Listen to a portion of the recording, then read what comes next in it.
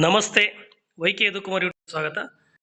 ಈ ವಿಡಿಯೋದಲ್ಲಿ ಹೇಳಕ್ಕೆ ಹೊರಟಿರ್ತಕ್ಕಂಥ ವಿಚಾರ, ಕರ್ನಾಟಕ ರಾಜ್ಯ ಸರ್ಕಾರಿ ನೌಕರಿಯನ್ನು ಪಡ್ಕೊಳ್ಳೋದಕ್ಕೆ ಏನು ಇನ್ಕಮ್ ಲಿಮಿಟ್ ಅಥವಾ ಕೆನೆಪದರ ಇದೆ, ಆ ಕೆನೆಪದರದ ಮಿತಿ ಈಗ ಆದಾಯದ ಪ್ರಕಾರ 8 ಲಕ್ಷ ಇದೆ. ಆ 8 ಲಕ್ಷದಿಂದ 10 ಲಕ್ಷಕ್ಕೆ ಏರಿಕೆ ಆಗ್ತಕ್ಕಂತಹ ವಿಚಾರದ ಬಗ್ಗೆ ನಾನು ಮಾತಾಡ್ತಾ ಇದ್ದೀನಿ. ನೀವಿನ್ನು ನನ್ನ channel YK Yadukumar YouTube channel subscribe ಆಗಿಲ್ಲ, ದಯಮಾಡಿ ಸಬ್ಸ್ಕ್ರೈಬ್ ಆಗಿ, ಬೆಲ್ಲೈಕನನ್ನು ಒತ್ತಿ.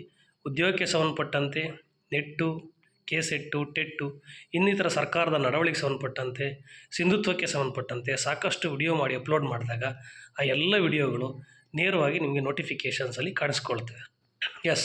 ಇವತ್ತಿನ ಚರ್ಚೆ ವಿಚಾರ, ಕೆನೆಪದರದ ಆದಾಯದ ಮಿತಿ ಏನು ಕ್ರಿಮಿಲೇಯರ್ ಇದೆ, ಅದರಲ್ಲಿ ಒಂದು ಭಾಗ ಇನ್ಕಮ್ ಲಿಮಿಟ್ ಏನಿದೆ ಅದು 8 ಲಕ್ಷದಿಂದ 10 ಲಕ್ಷಕ್ಕೆ ಹೆಚ್ಚಳ ಆಗ್ತಕ್ಕಂಥ ಎಲ್ಲ ಸಾಧ್ಯತೆಗಳಿದ್ದಾವೆ. ಹಾಗಾಗಿ ಅದಕ್ಕೆ ಸಂಬಂಧಪಟ್ಟಂತೆ ಹಿಂದುಳಿದ ವರ್ಗಗಳಿಗೆ ಏನು 2A, 2B, 3A, 3B ಈ 4 ಕ್ಯಾಟಗರಿ ಏನು ಆಸ್ಪಿರೆಂಟ್ಸ್ ಇದ್ದಾರೆ, ಅಭ್ಯರ್ಥಿಗಳಿದ್ದಾರೆ, ಹಿಂದುಳಿದ ವರ್ಗದವರಿದ್ದಾರೆ, ಇವರಿಗೆ ಸಾಕಷ್ಟು ಅನುಕೂಲ ಆಗ್ತಕ್ಕಂಥದ್ದು ಇದೆ. ಈ ಇನ್ಕಮ್ ಲಿಮಿಟು ಕಳೆದ 8 ವರ್ಷಗಳಿಂದ ಒಂದೇ ರೀತಿಯಾಗಿರ್ತಕ್ಕಂಥ ಇನ್ಕಮ್ ಆಗಿದೆ. ಅದು ಇಷ್ಟೊತ್ತಿಗಾಗಲೇ ಬದಲಾಗಿ 10 ಲಕ್ಷದಿಂದ 12 ಲಕ್ಷಕ್ಕೆ ಏರಿಕೆ ಆಗಬೇಕಾಗಿತ್ತು. ಆದರೂ ಕೂಡ ಕಾರಣಾಂತರಗಳಿಂದಾಗಿ ಸ್ವಲ್ಪ ಹಿನ್ನಡೆ ಆಗಿತ್ತು.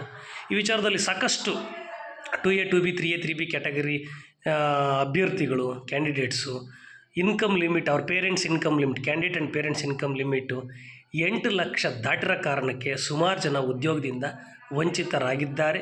ಸಿಂಧುತ್ವ ಮಾಡಿಸೋ ಸಂದರ್ಭದಲ್ಲಿ ಸಾಕಷ್ಟು ಸಮಸ್ಯೆಗಳನ್ನು ಎದುರಿಸಿದ್ದಾರೆ. ಹಾಗಾಗಿ ಇನ್ನು ಮುಂದೆ ಆ ಥರ ಸಮಸ್ಯೆಗಳಾಗದಂತೆ ಅದರ ಲಿಮಿಟನ್ನು 10 ಲಕ್ಷಗಳಿಗೆ ಏರಿಸ್ತಕ್ಕಂತಹ ಪ್ರಸ್ತಾಪದ ಬಗ್ಗೆ ನಾನು ಮಾತಾಡ್ತಾ ಇದ್ದೀನಿ. ನೋಡಿ, ಹಿಂದುಳಿದ ವರ್ಗಗಳ ಮೀಸಲಾತಿ ಸೌಲಭ್ಯ ಸಂಬಂಧ ನಮ್ಮ ಕರ್ನಾಟಕ ರಾಜ್ಯ ಸರ್ಕಾರ ಏನಿದೆ ಮಹತ್ವದ ಒಂದು ನಿರ್ಧಾರವನ್ನು ಕೈಗೊಳ್ತಕ್ಕಂತಹ ಹಾದಿಯಲ್ಲಿದೆ. ಪ್ರಸ್ತುತ ಚಾಲ್ತಿಯಲ್ಲಿರ್ತಕ್ಕಂತಹ ಏನು ಕ್ರಿಮಿಲೇಯರ್ ಅಥವಾ ಕೆನೆಪದರ ಆದಾಯದ ಮಿತಿ ಈಗಿರ್ತಕ್ಕಂಥದ್ದು 8 ಲಕ್ಷ. ಅಭ್ಯರ್ಥಿ ಮತ್ತು ಅವರ ತಂದೆ ತಾಯಿ ಆದಾಯ 8 ಲಕ್ಷ ಏನಾದರೂ ಮೀರಿದ್ರೆ ಅವರು 2A, 2B, 3A, 3B ಈ 4 ಕ್ಯಾಟಗರಿ ಕ್ಲೇಮ್ ಮಾಡೋದಕ್ಕೆ ಬರೋದಿಲ್ಲ. ಅವರಿಗೆ ಸರ್ಕಾರಿ ನೌಕರಿಯಲ್ಲಿ ಈ ಕ್ಯಾಟಗರಿ ಸಿಗೋದಿಲ್ಲ, ಅವ್ರ ಜೇಮಲ್ಲಿ ಸ್ಪರ್ಧಿಸಬೇಕಾಗಿದೆ. ಹಾಗಾಗಿ ಈಗ 8ರಿಂದ 10 ಲಕ್ಷಕ್ಕೆ ಏರಿಕೆ ಆದಂಥ ಸಂದರ್ಭದಲ್ಲಿ ಈ 10 ಲಕ್ಷ ಲಿಮಿಟ್ ಆಗುತ್ತೆ. ಹಾಗಾಗಿ ಬಹಳಷ್ಟು ಜನ 2A, 2B, 3A, 3B ಈ ಕ್ಯಾಟಗರಿ ತಕ್ಕಂಥವ್ರಿಗೆ ಅನುಕೂಲಗಳು ಆಗ್ತಕ್ಕಂತಹ ಹೆಚ್ಚು ಸಾಧ್ಯತೆಗಳಿದೆ, ಅನುಕೂಲ ಆದೇ ಆಗುತ್ತೆ. ಸರ್ಕಾರ ಗಂಭೀರ ಪರಿಶೀಲನೆಯಲ್ಲಿದೆ ಈ ವಿಚಾರ. 8 ಲಕ್ಷದಿಂದ 10 ಲಕ್ಷಕ್ಕೆ ಏರಿಸ್ತಕ್ಕಂಥ ಪ್ರಸ್ತಾವನೆ. ಈ ನಿರ್ಧಾರ ಅನುಷ್ಠಾನಗೊಂಡೆ ರಾಜ್ಯದ ಲಕ್ಷಾಂತರ ಹಿಂದುಳಿದ ವರ್ಗಗಳ ಕುಟುಂಬಕ್ಕೆ ಶಿಕ್ಷಣ ಮತ್ತು ಉದ್ಯೋಗದಲ್ಲಿ, ಅದರಲ್ಲೂ ಪರ್ಟಿಕ್ಯುಲರ್ ಆಗಿ ಉದ್ಯೋಗದಲ್ಲಿ, ಆ ಕ್ಷೇತ್ರದಲ್ಲಿ ಹೆಚ್ಚು ಆಶಾದಾಯಕವಾಗಿರ್ತಕ್ಕಂಥ ಬದಲಾವಣೆ ನಮಗೆ ಗೋಚರಿಸುತ್ತೆ. ಕಳೆದ ಹಲವು ವರ್ಷಗಳಲ್ಲಿ ದೇಶದ ಆರ್ಥಿಕ ಸ್ಥಿತಿಗತಿ, ಜೀವನದ ವೆಚ್ಚ ಗಣನೀಯವಾಗಿ ಏರಿಕೆಯಾಗಿದೆ.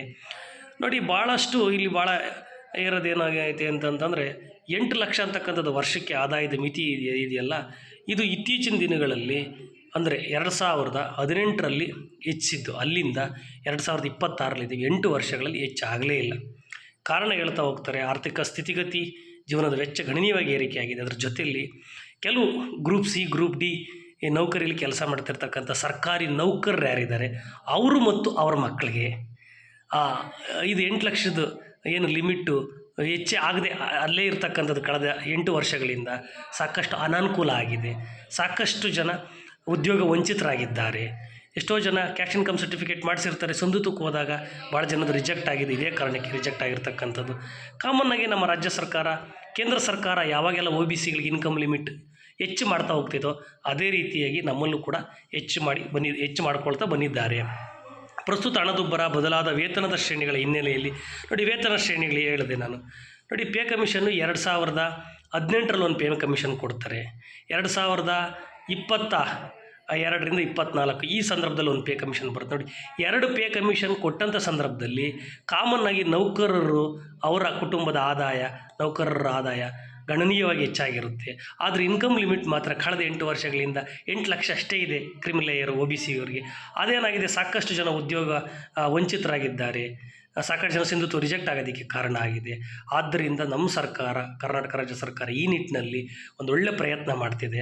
10 ಲಕ್ಷಕ್ಕೆ ಏರಿಕೆ ಮಾಡೋದಕ್ಕೆ ಪ್ರಸ್ತಾಪ ಇದೆ. 10ರಿಂದ 12 ಲಕ್ಷ ಮಾಡಿದ್ರೆ ಇನ್ನೂ ಸಾಕಷ್ಟು OBCಗಳಿಗೆ, 2A, 2B, 3B ಕ್ಯಾಟಗರಿ ಕುಟುಂಬಗಳಿಗೆ ಸಾಕಷ್ಟು ಅನುಕೂಲ ಆಗುತ್ತೆ.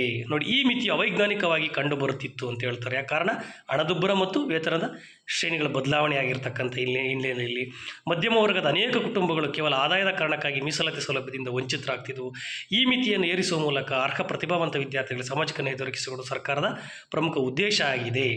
ಹಿಂದುಳಿದ ವರ್ಗಗಳ ಕೆನೆಪದರ ಆದಾಯದ ಮಿತಿ 2002ರಿಂದ ಇಲ್ಲಿ ಲೆಕ್ಕ ಹಾಕೋದಾದರೆ, ಯಾಕಂದರೆ 2002ರಿಂದ ಏನು ನಿಯಮ ಇದೆ ಅದೇ ನಿಯಮ ಮುಂದುವರ್ಕೊಂಡು ಹೋಗ್ತಾ ಇದೆ. ಅಲ್ಲಿ 2 ಲಕ್ಷ ಇತ್ತು, ಅದರ ನಂತರ 3.5 ಲಕ್ಷ ಆಯಿತು, ಆಮೇಲೆ 4.25 ಲಕ್ಷ ಆಯಿತು, ಆಮೇಲೆ 6 ಲಕ್ಷ ಆಯಿತು, ಆಮೇಲೆ 8 ಲಕ್ಷಕ್ಕೆ ನಿಂತ್ಕಂತ 2018ರಲ್ಲಿ 8 ಲಕ್ಷಕ್ಕೆ ನಿಂತಿರೋದು.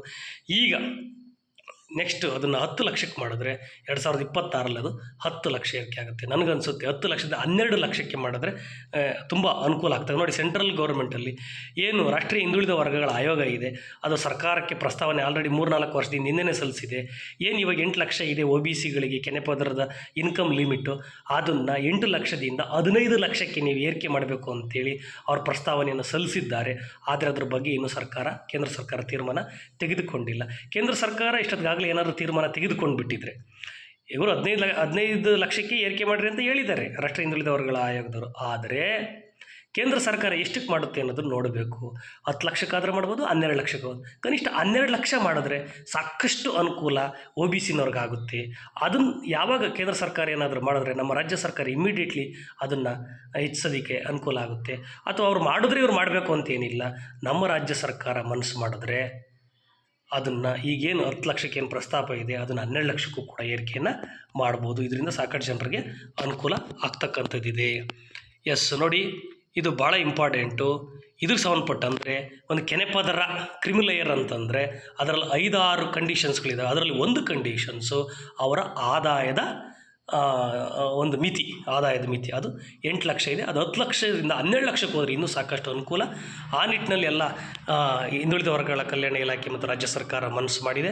ಹಾಗಾಗಿ ಆದಷ್ಟು ಬೇಗ ಇದನ್ನು ತಂದು ಏನು 2A 2B 3A 3B ಕ್ಯಾಟಗರಿನಲ್ಲಿ ಸಾಕಷ್ಟು ಅಭ್ಯರ್ಥಿಗಳಿಗೆ ಆಗಿದೆ, ಅನ್ಯಾಯವನ್ನು ಸರಿದೂಗಿಸ್ತಕ್ಕಂಥದ್ದು. ಮುಂದಿನ ದಿನಗಳ ಸಾಕಷ್ಟು ಜನ ಲಕ್ಷಾಂತರ ಬಡ ಕುಟುಂಬಗಳಿಗೆ ಅನುಕೂಲ ಆಗ್ತಕ್ಕಂಥ ನಿಟ್ಟಿನಲ್ಲಿ ಮಾಡ್ತಕ್ಕಂಥ ಪ್ರಯತ್ನಕ್ಕೆ ನಾನು ಸರ್ಕಾರವನ್ನು ಅಭಿನಂದಿಸ್ತೀನಿ. ಆದಷ್ಟು ಬೇಗ ಅದನ್ನು ಜಾರಿಗೆ ತಂದರೆ ಸಾಕಷ್ಟು ಅನುಕೂಲ ಆಗ್ತದೆ ಎಲ್ಲ OBC ವಿದ್ಯಾರ್ಥಿಗಳಿಗೆ ಅಂತ ಹೇಳ್ತಾ ಹೋಗ್ತೀನಿ. ನೋಡಿ, ಇನ್ನೊಂದು ಏನಿದೆ ಅಂತಂದರೆ ಸೆಂಟ್ರಲ್ ಗೌರ್ನಮೆಂಟ್ ಏನಿದೆ ಅಲ್ಲಿ OBC ವಿಚಾರದಲ್ಲಿ ಈ ಇನ್ಕಮ್ ಏನಿದೆ, 8 ಲಕ್ಷದ ಈಗ ಲಿಮಿಟ್ ಏನಿದೆ, ಆ ಆದಾಯದ ಮಿತಿ, ಕೆನೆಪದರ ಆದಾಯ ಮಿತಿ ಅವರು 3 ಇಯರ್ಸ್ ಆವರೇಜ್ ತೆಗೆದುಕೊಳ್ತಾರೆ.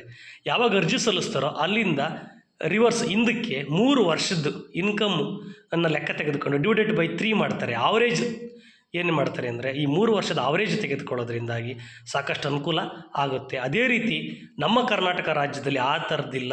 ಅವರು 1 ವರ್ಷದ ಮಾತ್ರ ಇನ್ಕಮ್ ಲೆಕ್ಕ ತೆಗೆದುಕೊಳ್ತಾರೆ. ಆ 1 ವರ್ಷದ ಏನು ಬದಲಾವಣೆ ಆಗುತ್ತೋ ಅರ್ಜಿ ಸಲ್ಲಿಸೋ ಸಂದರ್ಭದಲ್ಲಿ ಎಷ್ಟು ಆ 1 ವರ್ಷದಲ್ಲಿ ಅರ್ಜಿ ಸಲ್ಲಿಸೋ ದಿನಾಂಕದಿಂದ ರಿವರ್ಸಲ್ಲಿ ಹಿಂದಕ್ಕೆ 1 ವರ್ಷದ ಏನು ಇನ್ಕಮ್ ಇರುತ್ತೆ ಆ ಇನ್ಕಮನ್ನು ತೆಗೆದುಕೊಳ್ಳೋದ್ರಿಂದಾಗೂ ಸಾಕಷ್ಟು ಜನ 2A 2B 3A 3B ಕ್ಯಾಟಗರಿಗೆ ಅನ್ಯಾಯ ಆಗುತ್ತೆ. ಯಾವ ರೀತಿ ಸೆಂಟ್ರಲ್ ಗೌರ್ಮೆಂಟಲ್ಲಿ ಅರ್ಜಿ ಸಲ್ಲಿಸೋ ದಿನಾಂಕಕ್ಕೆ ತಕ್ಕಂತೆ ಹಿಂದಕ್ಕೆ 3 ವರ್ಷದ ಇನ್ಕಮ್ ತೆಗೆದುಕೊಂಡು ಆವರೇಜ್ ಮಾಡ್ತಾರೋ ಅದೇ ರೀತಿ ನಮ್ಮಲ್ಲೂ 3 ವರ್ಷದ ತೆಗೆದುಕೊಂಡು ಆವರೇಜ್ ಮಾಡಿದ್ರೆ ಇನ್ನೊಂದಷ್ಟು OBC 2A 2B 3A 3B category ಕುಟುಂಬಗಳಿಗೆ ಅನುಕೂಲ ಆಗುತ್ತೆ. ಸಾಕಷ್ಟು ಜನ ಕ್ಯಾಟಗರಿನಲ್ಲಿ ಉದ್ಯೋಗವನ್ನು ಪಡ್ಕೊಳ್ಳೋದಕ್ಕೆ ಅನುಕೂಲ ಆಗುತ್ತೆ. ಆ ನಿಟ್ಟಿನಲ್ಲಿ ಸರ್ಕಾರ ದಯಮಾಡಿ ಯೋಚನೆ ಮಾಡಿದ್ರೆ ಇನ್ನೊಂದಷ್ಟು ಅನುಕೂಲ ಆಗುತ್ತೆ. ಈ ರೀತಿಯಾಗಿರ್ತಕ್ಕಂಥ ವಿಷಯವನ್ನು ನಿಮ್ಮ ಹತ್ರ ಹಂಚ್ಕೊಂಡಿದ್ದೀನಿ. Thank you very much. ಈ ವಿಡಿಯೋವನ್ನು ನಿಮ್ಮ ಸ್ನೇಹಿತರಿಗೆ ಶೇರ್ ಮಾಡಿ, ನೀವು ಕೂಡ ನೋಡಿ. ಇದ್ರ ಬಗ್ಗೆ ನಿಮ್ಗೆ ಏನು ಅನಿಸೋದು ವಿಚಾರನ ಕಮೆಂಟ್ ಮಾಡಿ. ಧನ್ಯವಾದಗಳು. Thank you very much.